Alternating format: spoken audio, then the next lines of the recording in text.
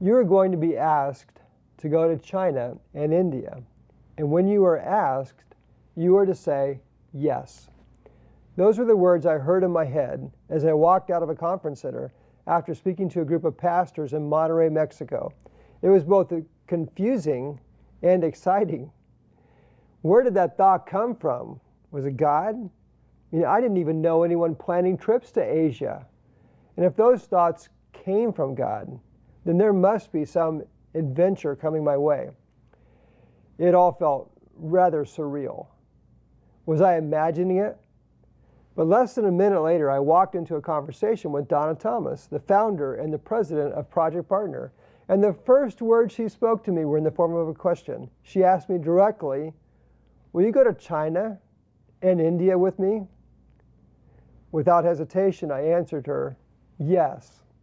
Shocked, she responded, "No one ever says yes the first time I ask them."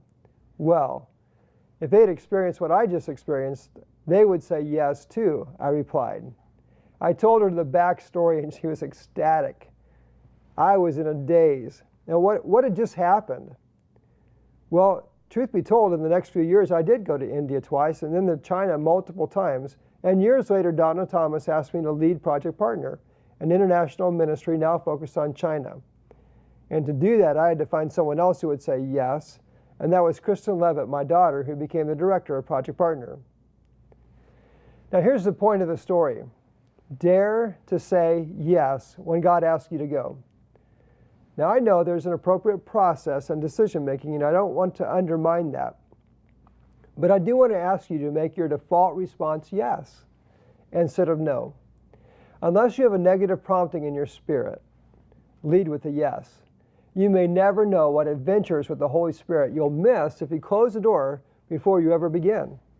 What is it that God has asked you to do to which you need to respond with a yes? Where has He asked you to go? If you haven't already had an experience like this, then will you say yes when He does call?